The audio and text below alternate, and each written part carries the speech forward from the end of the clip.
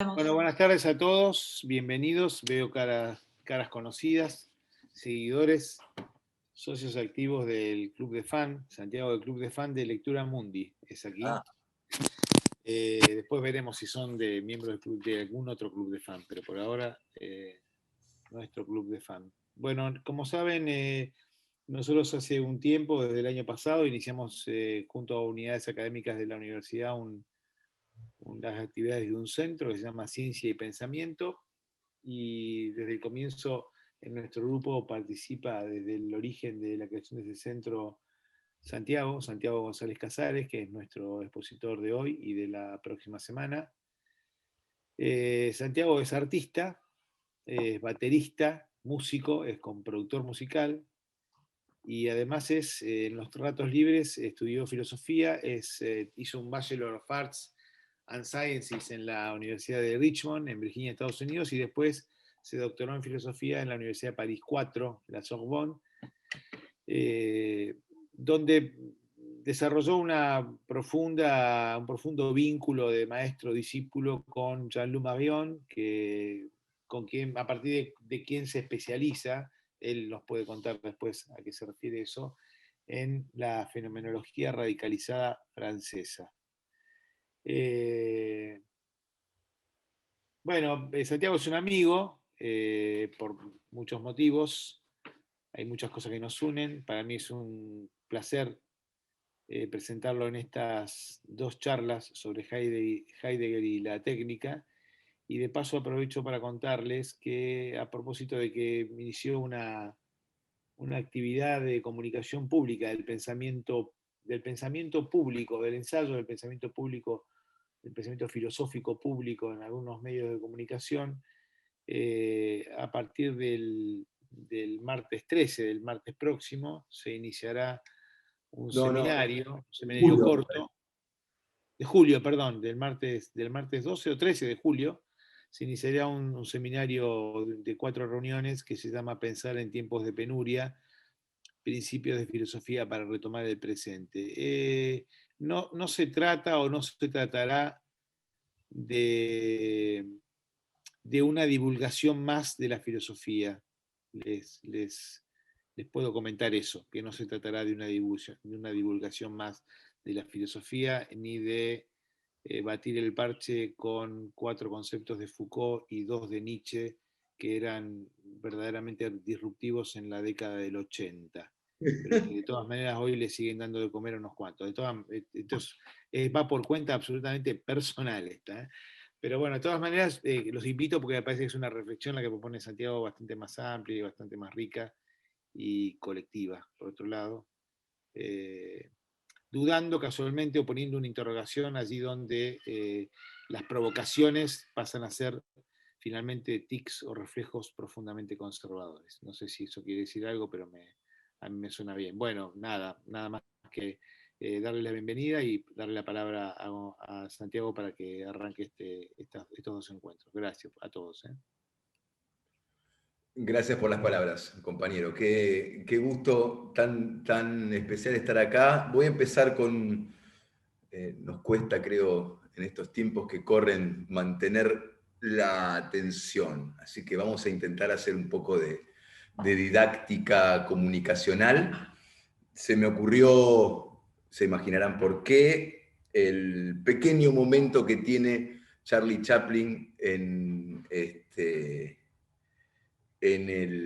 tiempos modernos, en el cual se lo come la máquina. Todos lo debemos tener presente, pero ¿por qué no empezar de esa manera? Voy a compartir mi pantalla.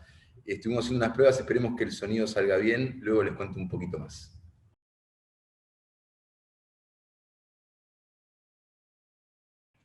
Muy bien, ahí estamos, ¿no?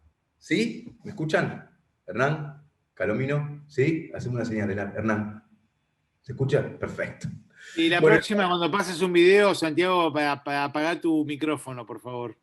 Ahí estábamos, ¿viste? Hablando. Ahí está. Por eso me pidió el... Bueno, se imaginan por qué, ¿no? Elegí arrancar con Chaplin.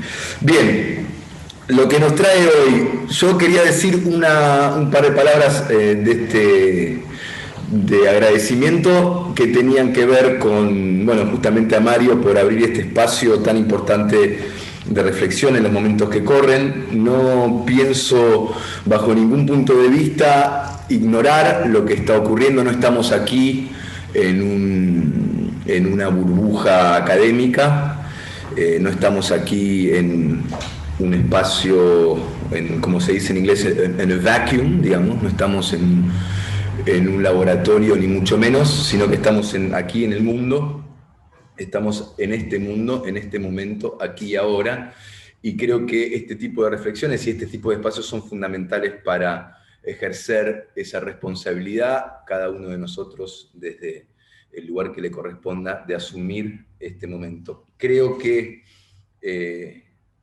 y con esto quiero agradecerle a Hernán Borisoniki y sobre todo a Aurea Díaz, que tanto me ha ayudado con estos temas. Me parece que no es menor pensar este tipo de cosas aquí y ahora, sobre todo el tema de la técnica. Tengo una sola pregunta para hacer a todos los que están acá, porque tiene que ver con el formato y o la profundidad que se le decida hacer. Yo lo que veo acá, por lo menos vamos a hacer como una cosa medio, una muestra sociológica. ¿De cuántos de acá son de filosofía? Que me pueden hacer una señal. Hernán, Hugo, bien. Un mostreo, unos cuantos, bien. Hay filósofos, bien. Dentro de las ciencias sociales, ahí aparecen, bien. Y ahora bajemos las manos. ¿Cuántos no lo son? ¿Cuántos no son de la filosofía? ¿No son? No, pero usted, Juli Cosani, usted es y no es al mismo tiempo. ¿Cómo puede ser eso? Es una paradoja. Bien. Bueno, y ahora bajemos. ¿Quiénes son de sociología? ¿De sociología o ciencias sociales, humanas, diría Heidegger, secundarias? Con todo respeto. A ver. Bueno, le podemos dar No te pases, no te medite, guarda. Bueno, está bien, lo que más o menos me imaginaba. Le daremos una cierta profundidad por momentos, pero no quiero que este sea, justamente por lo que decía antes, un espacio alejado del presente, alejado del mundo y alejado de la gente, ¿no? Fea palabra esa, pero de lo que nos pasa. Por ende, la forma que va a tomar este seminario, si bien es en dos partes, se va a, digamos, hay una coherencia interna del seminario, pero que en esta parte, en el día de hoy, lo que vamos a hacer es tratar el tema del mundo. En la pregunta por la técnica, lo primero que vamos a pensar conjuntamente, yo creo que podemos dejar, yo sé que somos muchos, pero podemos dejar el espacio para alguna que otra pregunta intermedia en el medio. Quizás mejor no, pero si hay algo muy importante que tengan para decir o que haya que interpelar a mí en este caso, háganlo, si es muy importante. Bien, para empezar, quería contarles una historia. He aprendido en estos últimos tiempos que lo mejor que se puede hacer cuando uno empieza a adentrarse en el mundo de las ideas, lo que puede llegar a sumar quizás es contar una historia. Les voy a contar una historia que tiene que ver con el mito, un mito fundacional. ¿Ahí estamos, jefe? Bien. Para hablar de este tema, del problema de la técnica, se me ocurrió, cómo no, contarles o recordarles a los que lo sepan y se acuerden, el mito de Prometeo. Era un tiempo en el que existían los dioses, pero no las especies mortales, digamos. Cuando a ellas les llegó el momento de existir, marcado por el destino, el tiempo de la Génesis, los dioses los modelaron en las entrañas de la tierra, mezclando tierra, fuego y cuantas materias se combinan con el fuego y la tierra. Cuando disponían a sacarlos a la luz, mandaron a justamente Prometeo y Epimeteo a que le revistiesen de facultades, distribuyéndolas convenientemente entre ellas. Ahora, las especies mortales no son solamente los seres humanos. Epimeteo justamente le pidió a Prometeo que le permitiese a él hacer la distribución. ¿De qué estamos hablando? De las capacidades. Y Epimeteo le dijo a Prometeo, una vez que yo haya hecho la distribución, dijo, tú la supervisas.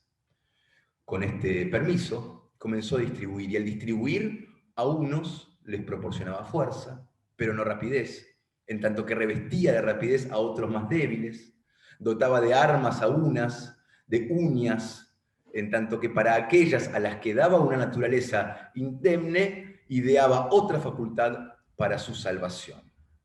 A las que daba un cuerpo pequeño les dotaba alas para huir, o escondrijos para guarnecerse, en tanto que a las que daba un cuerpo grande, precisamente, mediante él las salvaba. De esta manera se fueron distribuyendo equitativamente todas las facultades restantes. Y finalmente, cuando llegó al ser humano, no le quedaban más. Este momento fue bastante embarazoso para Epimeteo, lo que hizo justamente es llamar a su hermano Prometeo para decirle, bueno, nos quedamos sin nada para los seres humanos, ¿no? Estaba el león tan fuerte y el águila que volaba tan alto, pero el ser humano no le quedaba absolutamente nada. Estaba desnudo, podemos decir totalmente desprovisto de capacidad alguna.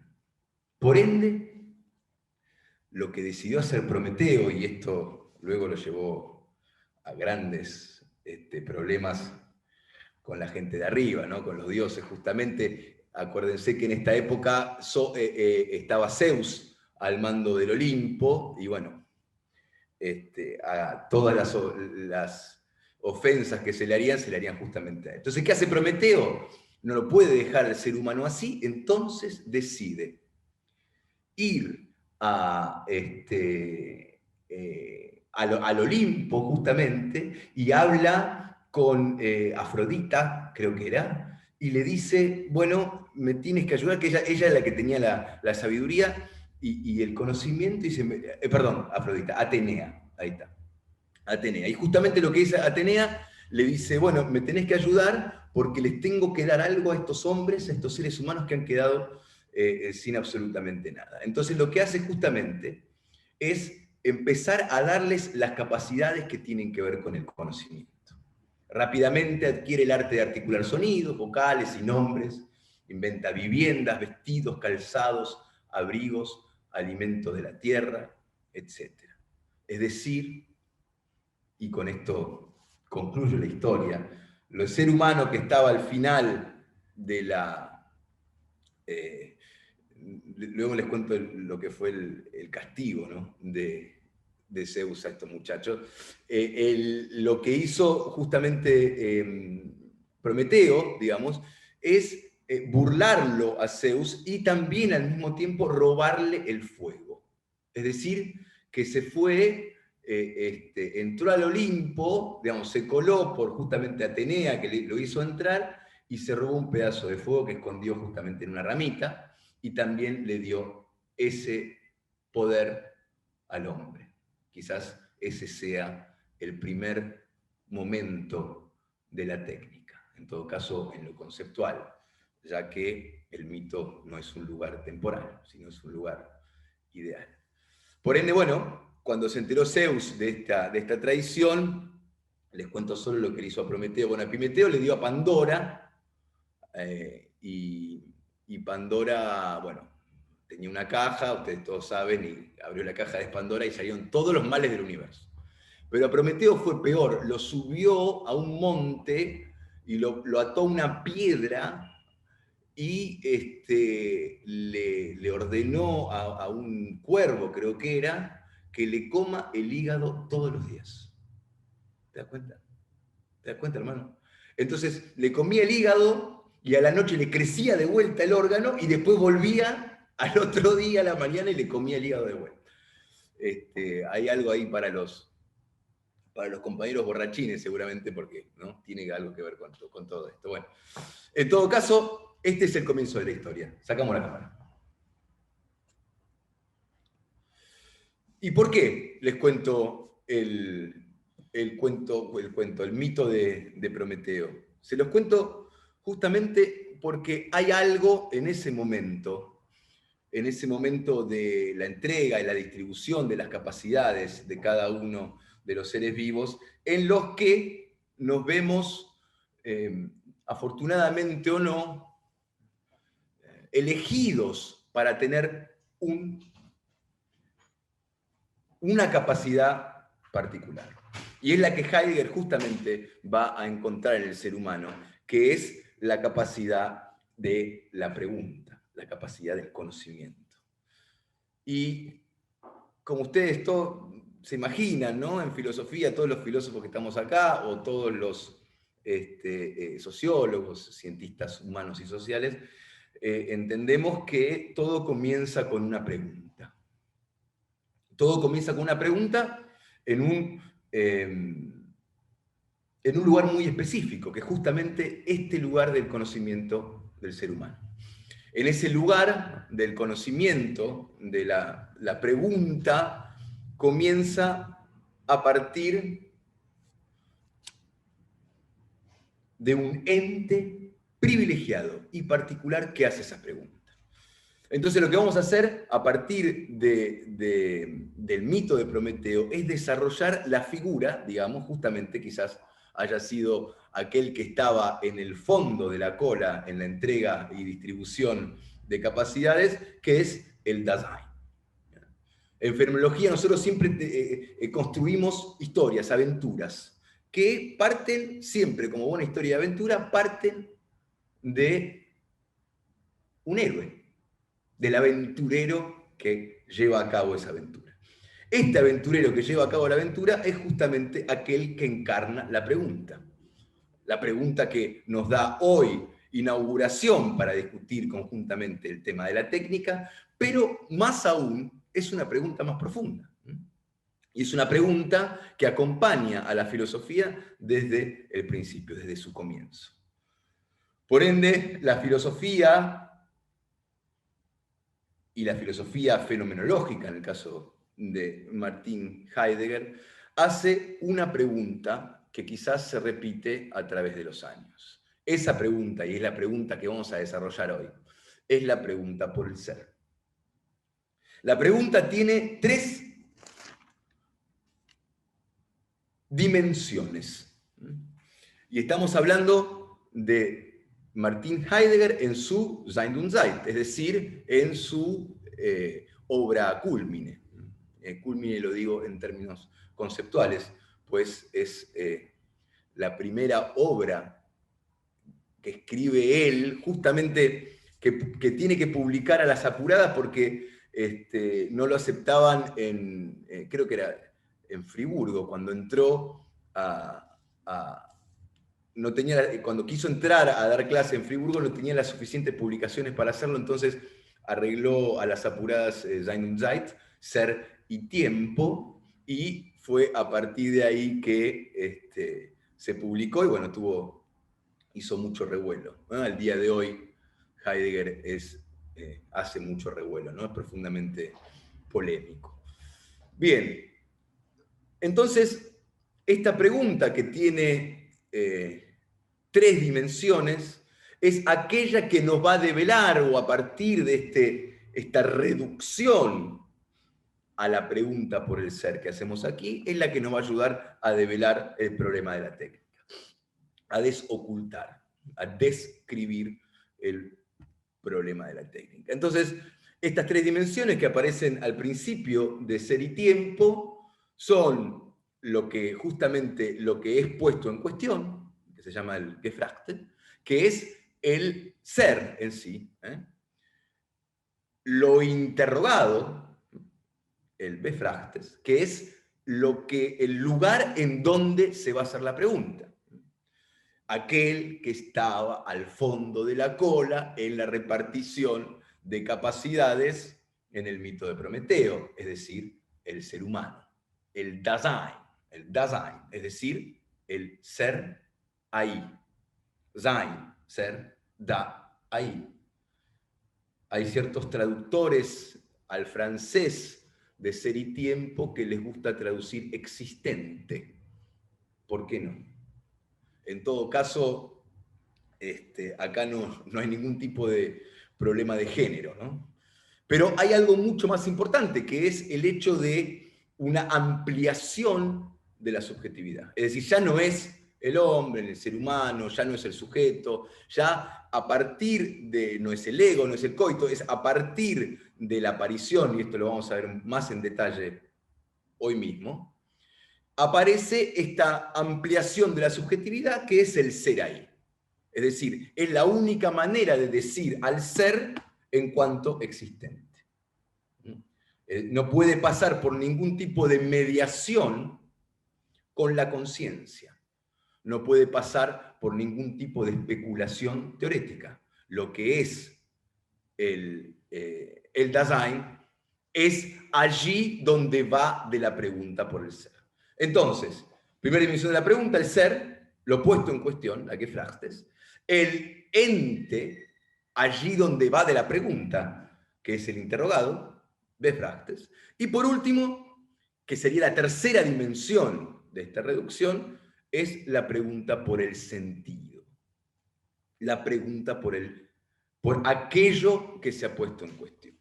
El sentido del ser. La pregunta por el sentido del ser es lo que anima todo Sein und Zeit y quizás toda la obra de Heidegger en general. Y al día de hoy sigue dándonos mucho para hablar esta, llamémosla, reducción ontológica. ¿Y por qué digo reducción ontológica? Yo no me voy a detener, si bien es algo a lo cual me he dedicado mucho tiempo, no me voy a detener en la metodología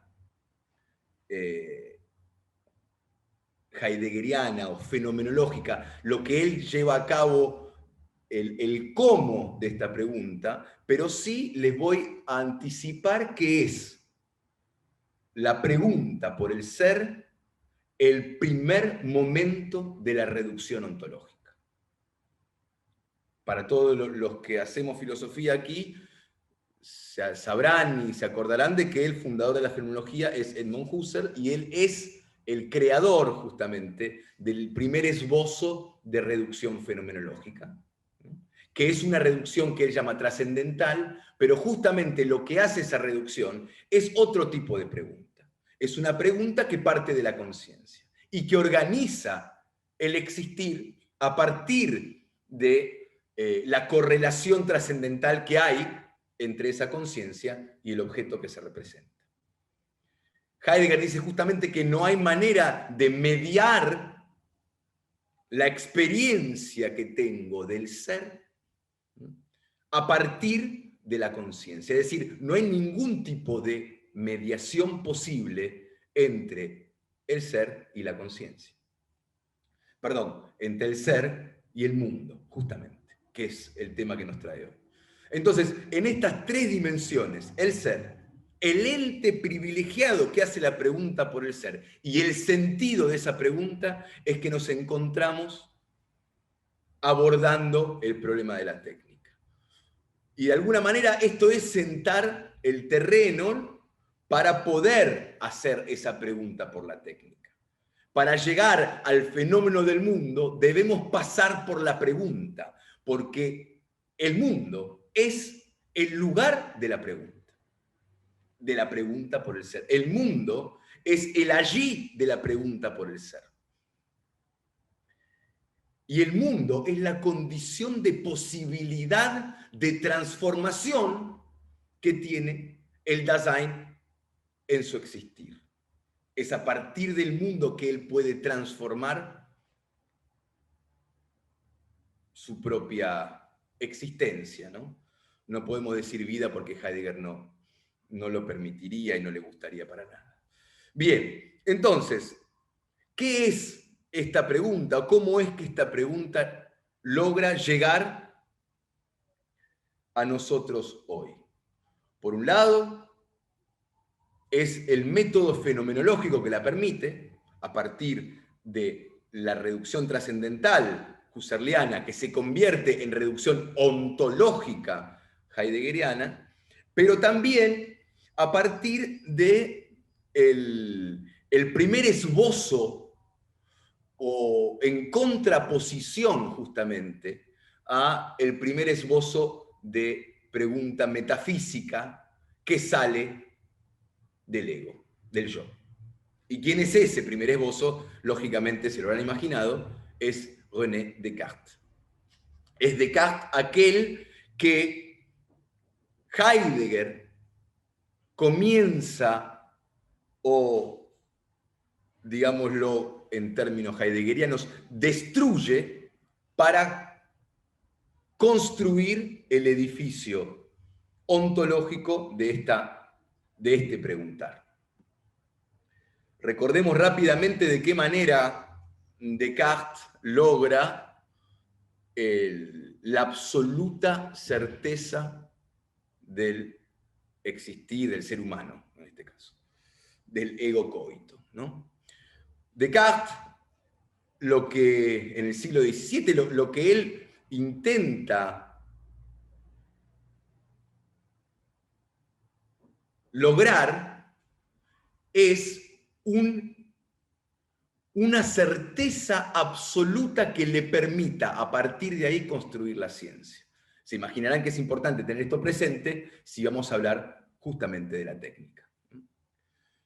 ¿Y qué es lo que hace Descartes? Bueno, Descartes lo que hace es dudar, es decir, poner el método, encontrar en la pregunta la duda fundacional para establecer a partir de ahí la absoluta certeza de la existencia. ¿Qué es lo primero que hace? Dice, para buscar ese terreno absoluto de certeza, lo que voy a hacer es dudar de absolutamente todo. Dudo de absolutamente todo hasta el punto en lo cual no hay más en lo que dudar, y que justamente, valga esta gran paradoja fundacional de la Edad Moderna, lo que hace es hacer la pregunta por la pregunta misma, es decir, dudar de la duda misma. ¿Cómo sé que existo? A partir de la duda metódica de absolutamente todo. Primero los sentidos, no sé que existo a partir de lo que veo, de lo que toco, de lo que huelo, tampoco de aquellos que me rodean, es decir, de la constitución social que me dice, bueno, no, en realidad vos existís porque ahí estás, Santiago, me lo podría decir ya con este momento. Porque eso puede fallar, me puede estar mintiendo, porque mis sentidos también pueden fallar. Pero hay algo y él hace lo que llama la duda hiperbólica, es decir, duda del hecho de que quizás haya alguien que me esté engañando con la pregunta misma, es decir, que me haga hacer una pregunta que yo no quiero hacer. Esa duda hiperbólica se llama el genio maligno. Ese genio maligno que quizás hace que yo piense que existo. Pero en realidad cuando aparece esa duda hiperbólica, lo que hace maravillosamente bien Descartes es decir que de lo que yo, a partir de esa hipótesis del genio maligno, lo que no puedo dudar es del hecho de que estoy dudando. Puedo dudar de absolutamente todo, excepto del hecho de que estoy dudando. Es decir, si me hice la pregunta, digamos, en términos ya más fenomenológicos, si me hice la pregunta, es que hay algo allí que está haciendo la pregunta. Hay algo allí que hace la pregunta. De eso no tengo ningún tipo de duda. Entonces, reconstruyéndolo, sería algo así como, no tengo, estoy absolutamente certero de que existo por el hecho de que no lo sé, de que no estoy seguro, de que dudo. Lo indudablemente certero es la duda. Esa es la gran paradoja que funda la sociedad moderna. llamémosla la edad moderna, que, por cierto, nos gobierna al día de hoy. La posmodernidad, el posmodernismo no es más que una exacerbación de este momento clave en la construcción metafísica de nuestra realidad. El hecho de que lo que hace que yo esté absolutamente certero de existir es el hecho de que lo puedo poner en duda. Entonces, ¿qué es lo que por supuesto, absolutamente nadie, y si alguien después lo quiere, si alguien le encuentra un error a esto, fantástico, lo discutimos, pero nadie le encuentra un error a esto, es decir, si hay una pregunta ahí, si hay una duda ahí, es indudable que lo haya, es indudable el hecho de que yo esté dudando, ¿no? Es muy difícil no darle la derecha en esto a Descartes. Ahora, ¿qué es lo que hace Heidegger con respecto a este preguntar metafísico por lo real, por la existencia absolutamente certera de lo real? Bueno, justamente es que Heidegger lo que hace es denunciar la incompletud de esta definición. No en cuanto tal, es decir, bueno, sí, en efecto hay algo allí que está dudando, y por ende, si está dudando, piensa, y si está pensando, existe. El tema es que nada nos dice ese ego coito, ego sum, sobre la existencia, sobre de qué se trata ese sum. Deja al sum, es decir, al existo, ego existo, digamos, al en la formulación más banal, ego coito ergo sum, ese sum, o sea, soy porque estoy pensando, antes dudando, si dudo pienso, si pienso existo, pero ¿qué me cuenta ese principio fundamental? Que hace que la base, o sea, ese principio al día de hoy es la base de toda la ciencia instrumental. Y eso no ha cambiado en lo más mínimo. No, en lo más mínimo. Y es el hecho de que yo, esto me lo decía justamente mi maestro Marion, decía que yo sé que existo porque algo que quizás no exista, es decir, la hipótesis del genio maligno, me da la existencia. Algo que quizás no exista, me marca el hecho de que yo existo. Esa entidad de la duda hiperbólica que es el genio maligno, que aparece como un recurso filosófico, casi literario, ¿no? Y si estoy soñando, y si estoy loco, bueno, no cambia. Usted puede estar loco, usted puede estar soñando, pero lo que no cambia es que existe, porque está haciendo la pregunta. No importa en qué dimensión existencial esté, ¿no? Está haciendo la pregunta por el existir, por ende existe, porque ahí hay algo que está preguntando, que está pensando, que está sobre todo dudando. Por ende, lo que nos deja indeterminado según Heidegger, y esto es muy importante, es la especificación, la descripción del sum. Por eso es que Heidegger lleva a cabo lo que llamamos reducción ontológica, porque se trata justamente de descubrir aquello que, según Heidegger, ha sido olvidado en estos 2500 y pico de años que hacemos filosofía, y que sigue en una indeterminación total, que es el hecho del sum, el ser. ¿Qué ha sido del ser? Y no es menor que Heidegger se ocupe de pensar a Descartes, porque justamente su maestro, Husserl, el fundador de la fenomenología, es un cartesiano, ¿no? Que deriva esta reducción trascendental o reducción nociológica o epistémica que lleva a cabo él, que es la correlación trascendental entre el sujeto y el objeto, podemos pensar que Husserl no va mucho más lejos de Descartes en su forma kantiana, quizás, pero no logra tampoco describir y darnos una noción de qué es esto de existir. Bueno, mi maestro diría, Marion, diría, bueno, existo, pero ¿a cómo? ¿Para qué? ¿De qué se trata existir? ¿Qué es lo que digo cuando yo digo existo? Bueno, por eso es que nosotros traemos el mundo a la pregunta por la técnica, porque justamente el existir, en donde va de la pregunta por el ser, que es ese ente privilegiado que hace la pregunta, que se llama el Dasein, privilegiado al final de la cola en la distribución de las capacidades, es aquel que hace la pregunta por el ser. Ahora, esa pregunta por el ser no es una especulación teórica.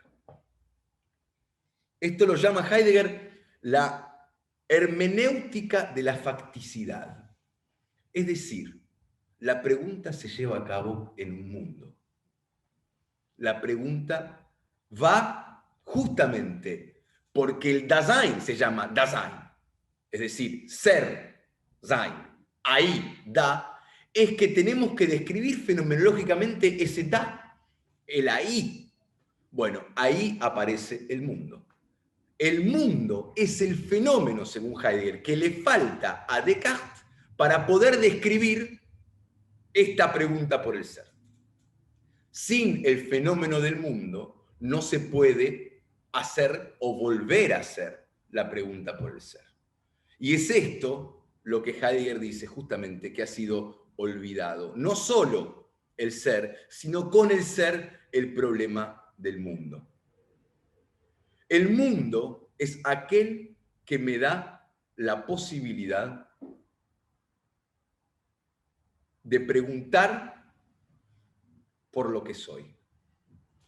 Cuando digo que no es una especulación teórica lo que estoy diciendo, y en este sentido Heidegger y mucha fenomenología, esto es una cosa que podemos pensar, es decir, la fenomenología actual, ¿no?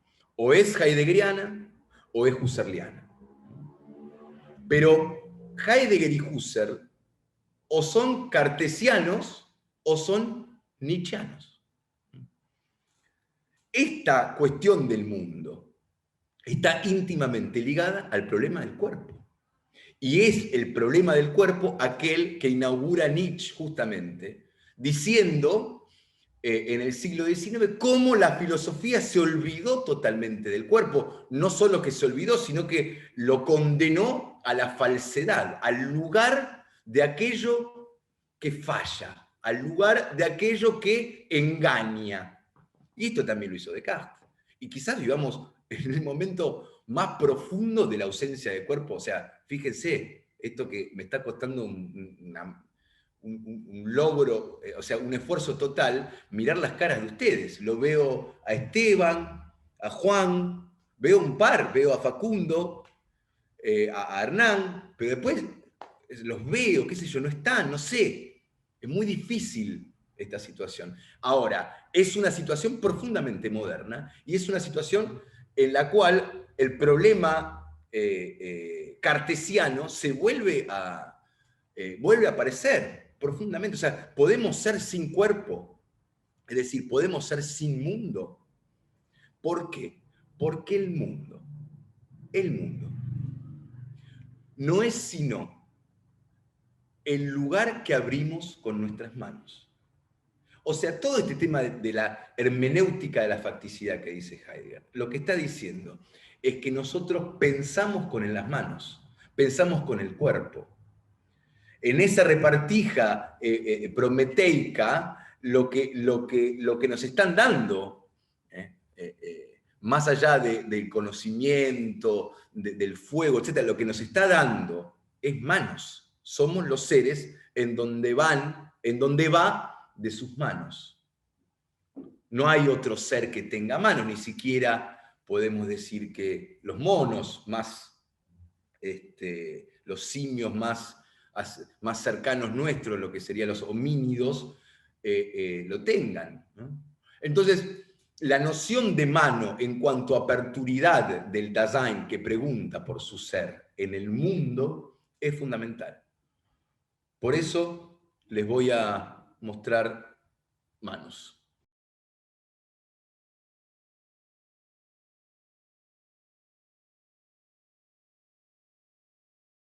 Ahí estamos. Qué preciosura, ¿no? Bueno, no pude poner la música, no sé por qué, pero ya era Kreutzer de vuelta. Lo que me fascina de Kreutzer es que nació en el mismo lugar que Heidegger, ¿no? Maastricht, así que eso es bastante fascinante que haya dos tipos, ¿no?, del mismo lugar que piensen de alguna manera similar. Bien, qué profunda humanidad que tienen las imágenes de Bresson. No, por supuesto que no es mío la edición de ese video, pero sí me pareció un separador fantástico para pensar qué es eso que el ser humano abre a partir de sus manos, qué es esa aperturidad, qué es esa hermenéutica de la facticidad que la mano del Dasein lleva a cabo. Eso es el mundo. Y en el mundo nosotros participamos, digámoslo de una manera incorrecta, pero comprensible, que participamos de un mundo inconscientemente. Es decir, nosotros no pensamos el mundo no se propone a nosotros como una especulación teórica. El mundo es aquello que manipulamos, el mundo es aquello que hacemos, el mundo es aquello que transformamos sin siquiera pensar al respecto. Eso se abre de tres maneras distintas, es decir, hay un comprender del mundo, que es a partir de esa manipulación. Es decir, nosotros abrimos al mundo a partir de la mano que nos permite hacerlo y participamos de él sin hacer ningún tipo de cuestionamiento. Ahora, ustedes dirán, bueno, pero hay un momento en el cual yo me doy cuenta que estoy en el mundo. Bueno, no necesariamente. Uno puede pasarse, podemos pensar hasta en el concepto marxiano de alienación, digamos, ¿no? O eso que le pasa a Chaplin al principio de nuestro encuentro. El tipo que está, de alguna manera, participando del mundo tan inconscientemente que ni siquiera ve al final, cuando aparece la señora con los dos pechos grandes y unas especies de botones que parecen tuercas, que el tipo le va a agarrar la tuerca. Es decir, hay una participación que tenemos en el mundo que es completamente inconsciente, que no indagamos en su aparecer, sino que simplemente participamos. Cualquier tipo de ejemplo puede funcionar aquí. Yo, por ejemplo, me ha pasado cuando disfunciona ese sistema de reenvíos, que es la aperturidad del mundo. Por ejemplo, ocurre un ejemplo muy ilustrativo, que es cuando se rompe el auto, ¿no? O sea, no sé si alguno de acá seguramente tendrá auto. Uno va al auto, lo único que tiene que saber uno del auto es que va, pone la llave y mágicamente arranca. Ahora, cuando no arranca, ¿qué hago? Voy y abro el capó y de pronto hay un mundo que está ocurriendo ahí que a mí lo único que hace es llevarme de A a B, y sin embargo hay lo que Heidegger va a llamar un outillage, una especie de utilería mundana que sostiene nuestra participación inconsciente en el mundo. Nosotros participamos del mundo inconscientemente, y cuando digo inconscientemente, justamente lo que hace Heidegger es separarse de la fenomenología de la conciencia de Husserl. Es decir, este no es un espacio de representación, este es mi mundo, este es mi cuerpo. Y mi participación nada tiene que ver con la especulación teorética que yo haga de eso. Yo participo de un mundo, primero sin, ¿cómo se dice?, ni mamarla ni beberla, bueno, una cosa así. Es decir, yo participo más allá de mí mismo, pero sí me doy cuenta que existe, que hay un mundo cuando un útil que remitía al otro en la normalidad cotidiana del existir mundano, falla. Esa remisión no se da. ¿Quién sabe lo que pasa cuando uno no abre abre la llave y no prende el motor del auto. Por eso uno después lo lleva al mecánico. Pero en ese momento sí me doy cuenta de que hay un mundo. En el momento en el que uno de los útiles a la mano disfunciona y no cumple la, valga la redundancia, función que debía llevar a cabo. En ese momento me doy cuenta y en ese momento aparece el mundo que sostenía la inconsciencia de mi participación. Yo participaba de ese mundo hasta el momento en el cual hay un disfuncionamiento. Ese disfuncionamiento justamente es el que me permite ampliar la subjetividad con respecto a Descartes. Cuando Descartes dice pienso, luego existo, lo que está diciendo es que hay una cosa que piensa. Y hay una res extensa, lo llama él, un mundo que existe, a partir del cogito, ¿no? A partir del pensamiento. Bueno, lo que dice Heidegger es que del pensamiento no depende mi participación en el mundo, ni su disfuncionamiento, sino que yo me doy cuenta cuando ese mundo no funciona. Es decir, yo no me doy cuenta que estoy en un mundo hasta que falla, hasta que hay algún problema. Mientras participo inconscientemente, sin cuestionar en su aparecer, sin ver exactamente qué es lo que lo sostiene. Hay un momento, y ese momento es el momento del desfuncionamiento del sistema de reenvíos, cuando me doy cuenta, estoy en el mundo. Y ese mundo tiene lo que se llama una circunspección. Todos los útiles que allí están participan los unos con los otros de un ambiente, de un entorno. Un amigo mío diría de un mundillo, ¿no? Cuando somos, qué sé yo, músicos, tenemos el mundillo de los músicos. El mundillo de los músicos no solo son otros músicos, sino es una serie de útiles que condicen con nuestra actividad. Un atril, un parlante, el coso del micrófono, el instrumento, etcétera, los equipos. Todo eso implica el funcionamiento. Justamente cuando me doy cuenta, qué sé yo, voy a hacer el mi mayor y se rompió una cuerda, en ese momento me doy cuenta que estaba haciéndolo. Mientras lo hago, no me doy cuenta de mi participación en ese mundo. Y todo el problema de la técnica está enraigado ahí, en nuestra participación inconsciente en un mundo que de vez en cuando disfunciona. El momento en que nosotros nos hacemos la pregunta por el aparecer de ese mundo, es el momento en el que ese mundo no funciona. Entonces, esto es paradójico con respecto, o en todo caso puede ser interesante para pensar con respecto a la pregunta por la técnica.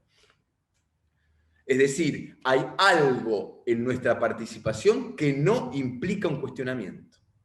Pero cuando ese mundo disfunciona es que aparece nuestra pregunta. Y con ella aparece también nuestra humanidad. No voy a profundizar porque se me está cortando el tiempo, pero en el puente que el mundo establece y permite entre el Dasein y su ser, ¿no? Porque justamente es el Dasein, el ser ahí, el ahí del ser. En ese momento, su ahí se manifiesta en cuanto tal cuando disfunciona. Y llevándolo a la apoteosis de esa experiencia, es el momento de la angustia. El fenómeno de la angustia justamente hace aparecer la pregunta por el ser o la pregunta por el sentido del ser a partir del desmoronamiento del mundo.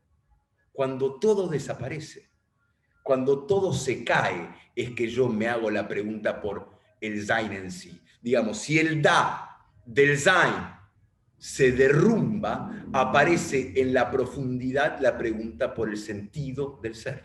Es en el momento en el cual el mundo ya no tiene ningún tipo de remisión ni ninguna receptividad para con el Dasein.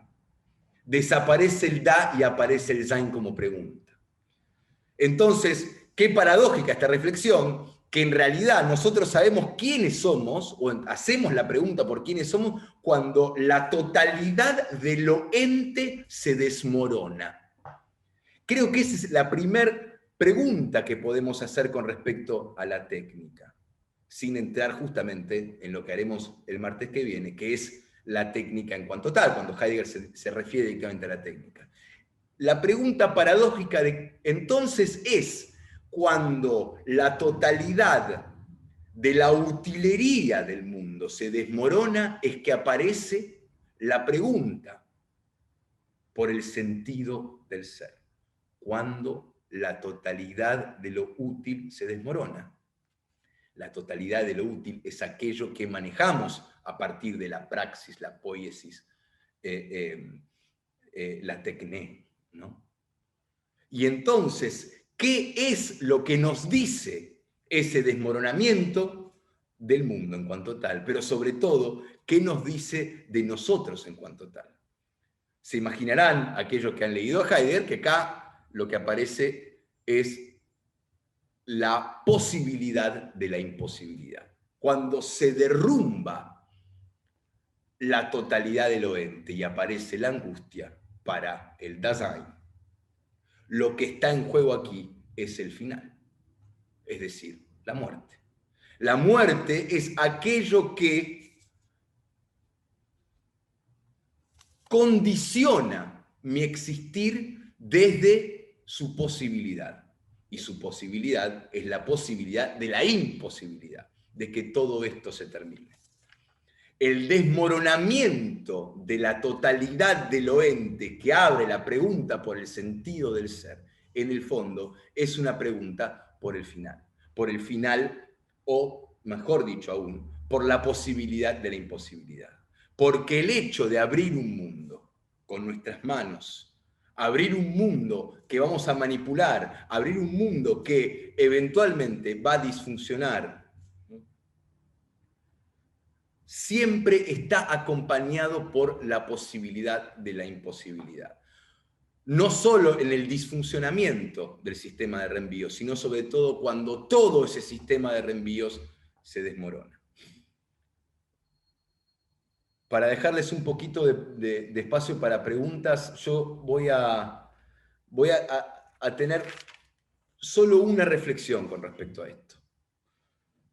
Con respecto, bueno, lo que hicimos hoy es intentar construir el terreno para hablar de la técnica, ¿no? Hablar un poco del fenómeno del mundo en cuanto tal. ¿Qué es el mundo en el cual el Dasein va luego a hacer la pregunta por la técnica? Es decir, cómo va el Dasein a transformar aquello que se le ha dado. Mi reflexión justamente tiene que ver con eso, que la técnica, y por eso el mito de Prometeo, es decir, nuestra capacidad de transformar aquello que, con lo cual convivimos, aquello que manipulamos día a día, la técnica es un don. El mundo es un don. No solo en el mito de Prometeo, si lo pensamos fenomenológicamente. Se nos es dado la posibilidad de abrir un mundo. Si bien lo abrimos con nuestras propias manos, esas manos también son un don. En el momento en el que estamos viviendo lo que vivimos, debemos recordar constantemente aquello que nos es dado. Aquello que nos es dado. La técnica no es otra cosa que el don que nos da la capacidad de transformar nuestro existir. Muchas gracias.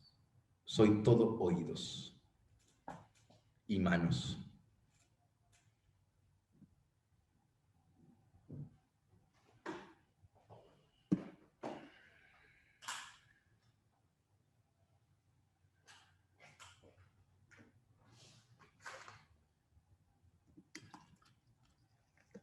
Pensé que iban a tener muchísimas preguntas, por eso paré, si quieren sigo.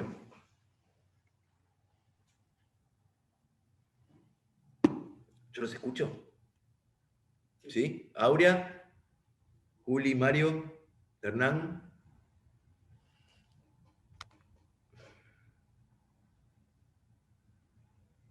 No se escucha. No sé. Ah, los que tengo el poder yo, me parece.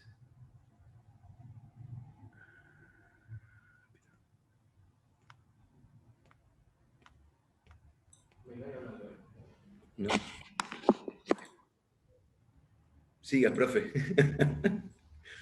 Bueno, los responsables, queremos los responsables de este despropósito de ponerme a mí acá, que digan algo. ¿Qué forma sos manos?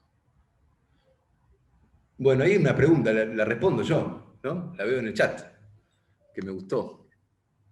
Ivonne pregunta, imprudentemente, ahí está Julieta, ¿vas a decir algo, Juli? No, bueno.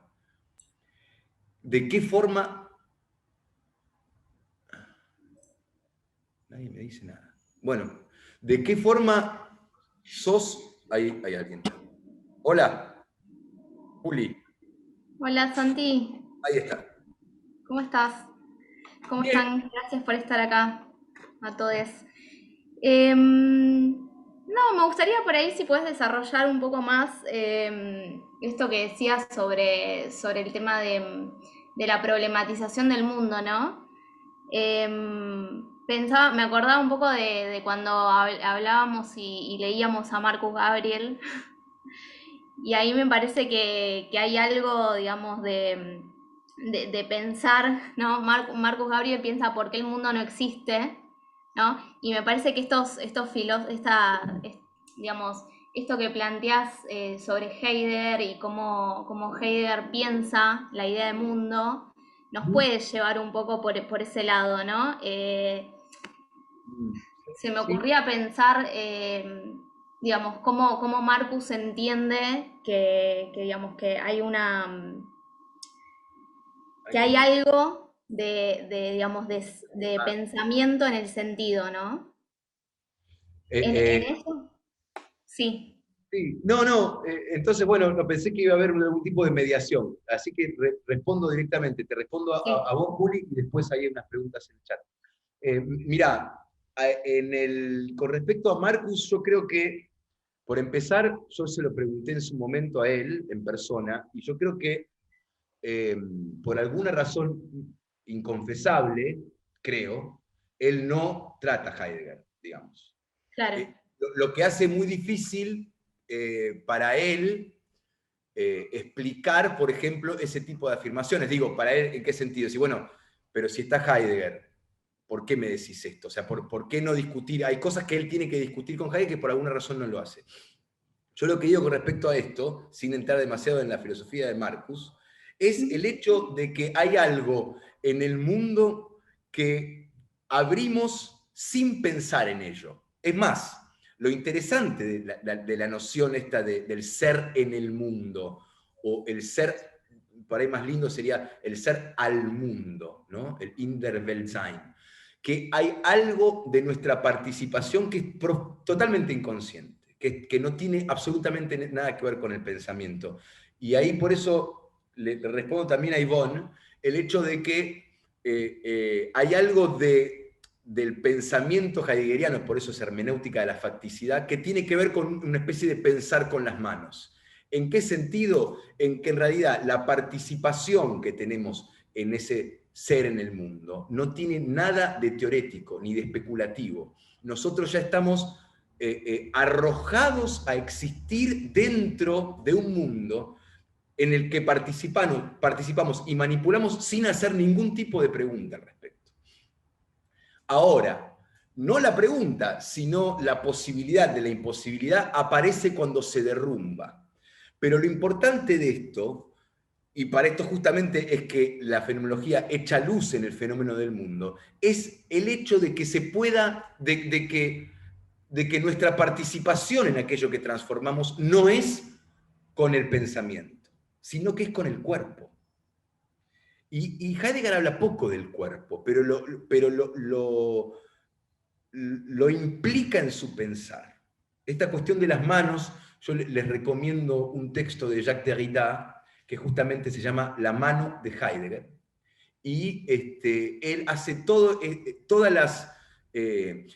resalta toda esta temática de la mano a partir de Ser y Tiempo, pero también en lo que vamos a hablar el encuentro que viene, que es toda la parte del arte, ¿no? Es decir, el origen de la obra de arte y la pregunta por la técnica. Es decir, hay en el ser humano una capacidad que es inconsciente y que es anterior ontológicamente, que es la apertura del mundo.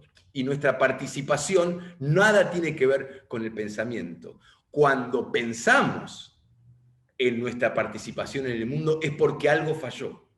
Si no, participamos manipulándolo. Esta posibilidad de pensar con las manos la vamos a ver más en profundidad la vez que viene, justamente porque en la técnica es que se manifiesta la precedencia, la antecedencia del mundo por sobre nuestra participación en él. Nosotros cuando entramos al existir, ya estamos en un mundo. Hay una imagen que usa Heidegger que nos empujan a hacer. Estamos arrojados, dice él. Estamos arrojados. Ya participamos antes de cualquier relación teorética, especulativa. ¿Qué más? Matías. El AO y la pandemia, el contexto, qué bueno. Tiene varias preguntas, señor. Tengo más, a ver, dígame. Acá tengo mi... La primera es, al asumir la técnica como don, ¿podría decirse que Heidegger le da un sentido positivo o afirmativo? De Lady González. ¿Lady González? Qué bueno, Lady. Sí, totalmente. Él tiene las dos. Lo que vamos a ver la vez que viene es justamente, hay una preocupación por el peligro que implica el progreso instrumental de la técnica, y hay otra que es la capacidad de liberación que conlleva la técnica. Como es algo que no nos sentamos a debatir si participamos o no la técnica, ya va de nuestro ser manipular el mundo y transformarlo, también existe, bueno, la poesía, la música, y eso también es técnica. Hay una posibilidad liberadora en la técnica, liberadora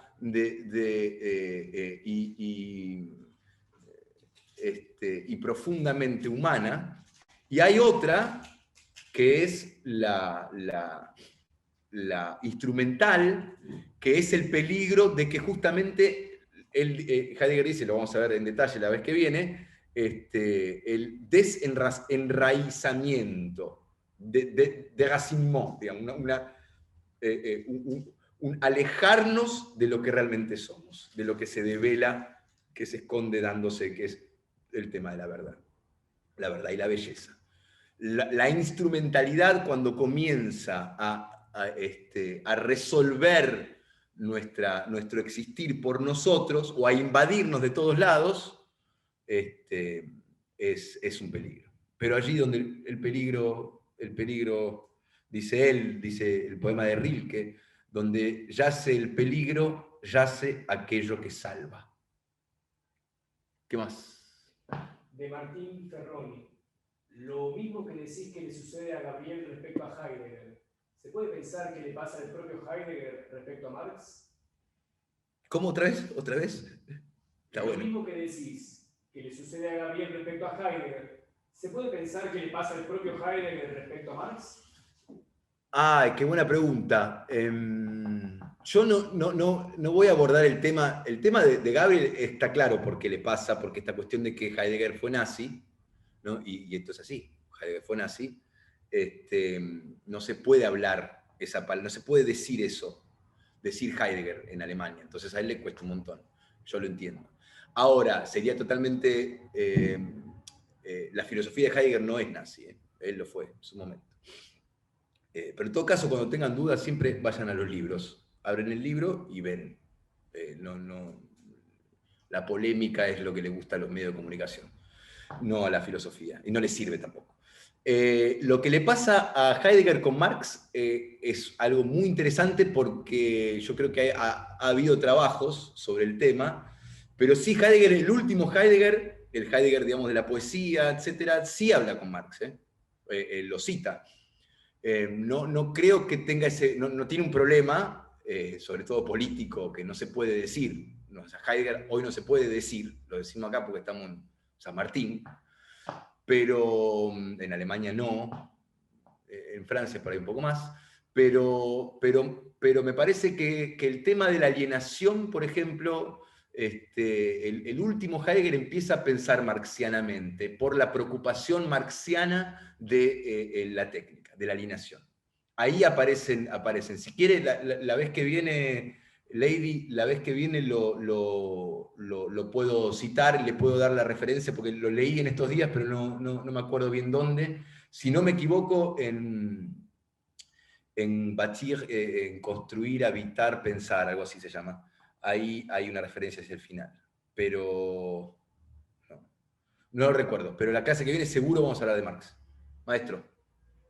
De Adriana Rodríguez. Gracias, Lady.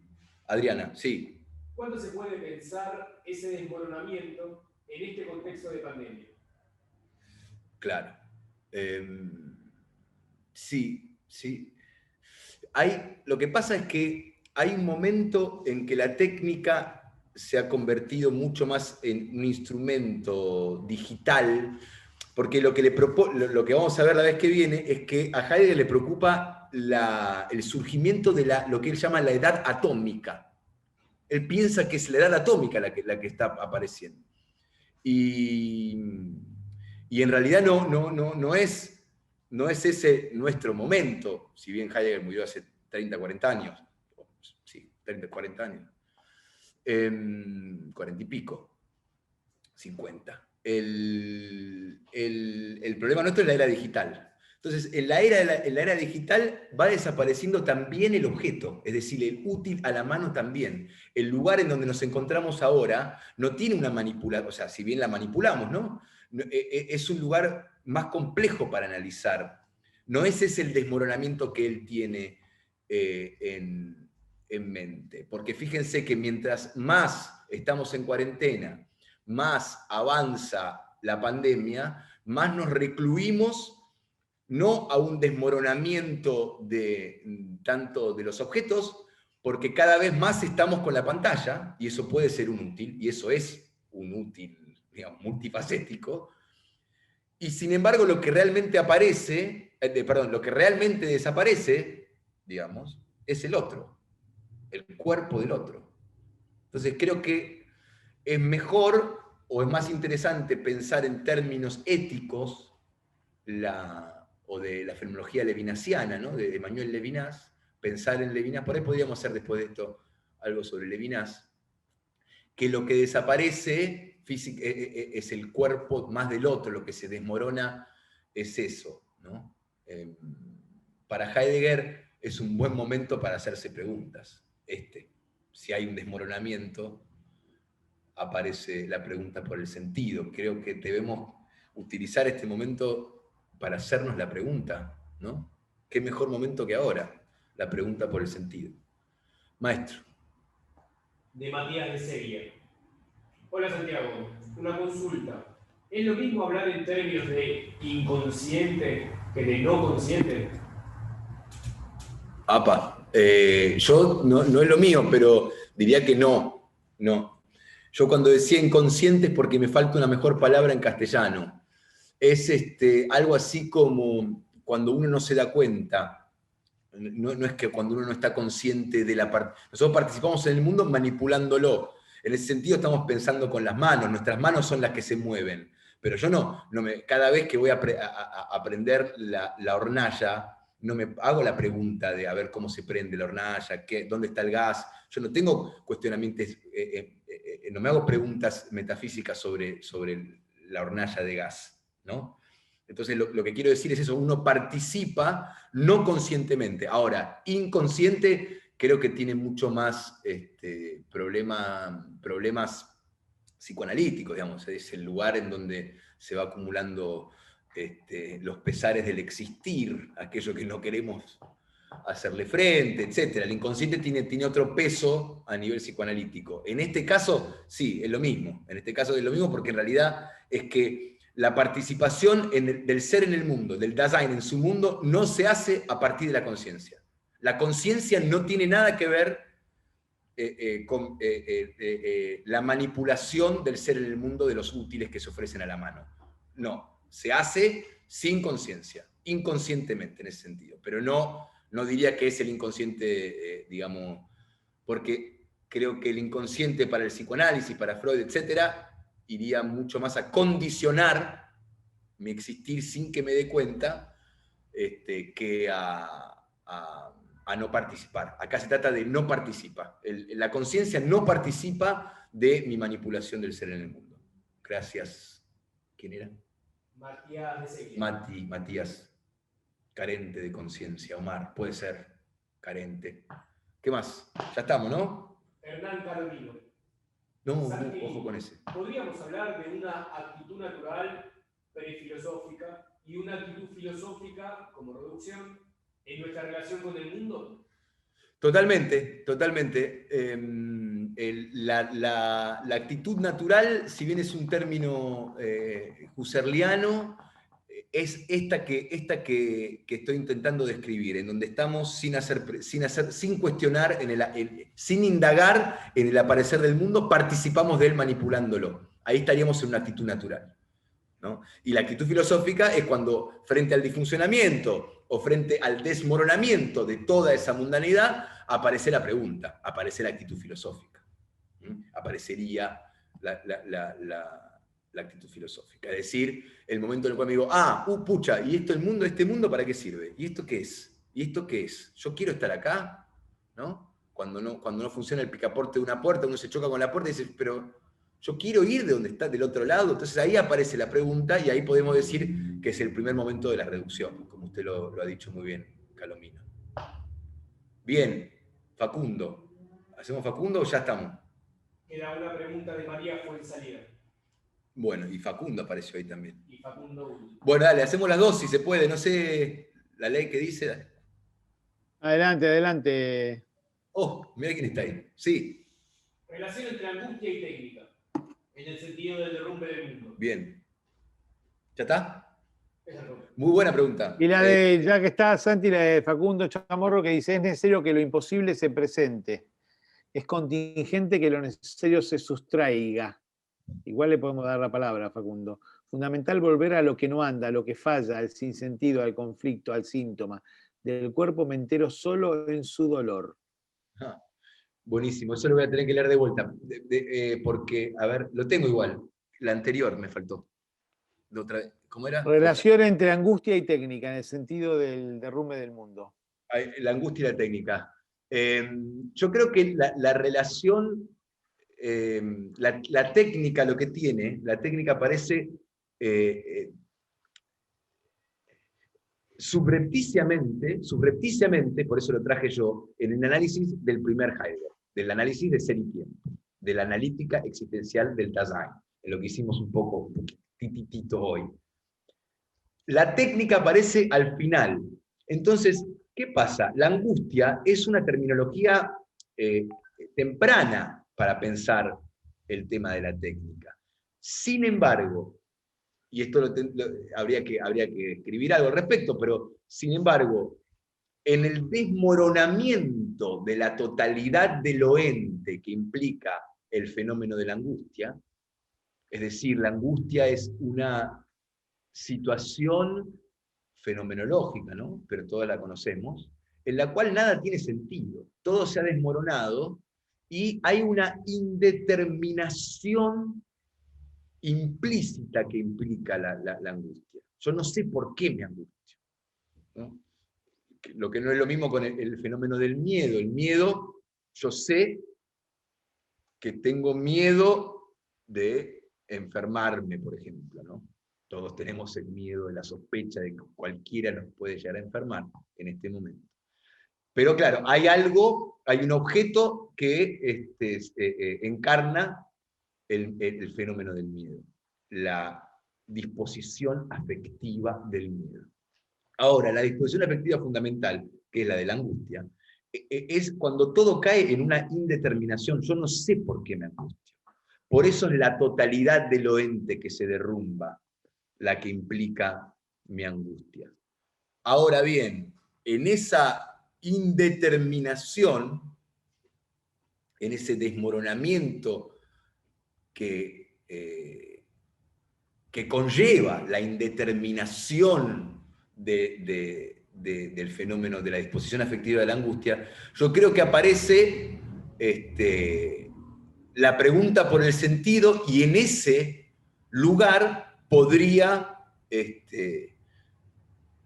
aparecer este último Heidegger, digamos, de la poesía, de la tecné que implica el habitar poéticamente, el construir poéticamente, el pensar poéticamente. A partir del desmoronamiento del fenómeno de disposición afectiva de la angustia, puede aparecer la estética, puede aparecer el arte, puede aparecer el preguntar por el sentido estético, lo que haría que pueda haber una técnica a desarrollar ahí.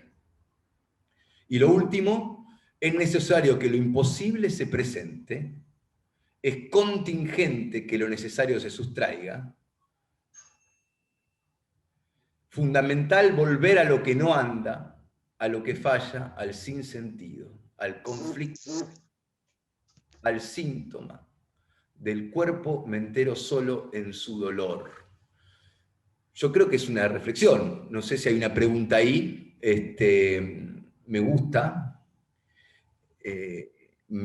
pensar que, yo diría, me gusta pensar que habría que buscar aquello que no anda, que falla, porque nos replantea nuestra relación con el mundo y con el existir y con esos útiles que están ahí, ¿no? Porque también el arte a veces resignifica esos útiles que no funcionan, etcétera, ¿no? Que los pone en un contexto liberador y no alienante, que es el contexto constante que tiene la impronta instrumental del capitalismo cibernético, ¿no?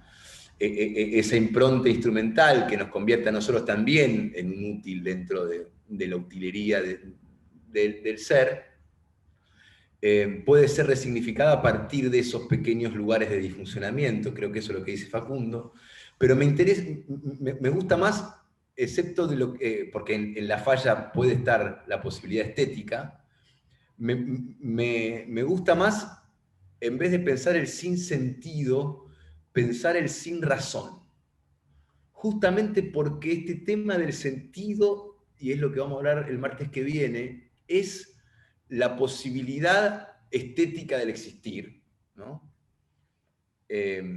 Todo el desarrollo de la filosofía heideggeriana va a este problema del sentido, que es un sentido sin razón, ¿no? Como la rosa es sin razón, diría en su Satz von Grund Heidegger, el principio de razón, que hay cosas que no tienen razón, y creo que en ese sentido estoy con Facundo, es decir, hay algo en no buscar el porqué de las cosas que nos libera justamente, y son emancipadoras como experiencias, como puede ser el arte, el amor, la belleza, son todos los lugares en los cuales la razón nada puede, contra los cuales la razón nada puede. Por ende, pensar una técnica de la sin razón puede ser estimulante y liberador en un momento como el actual.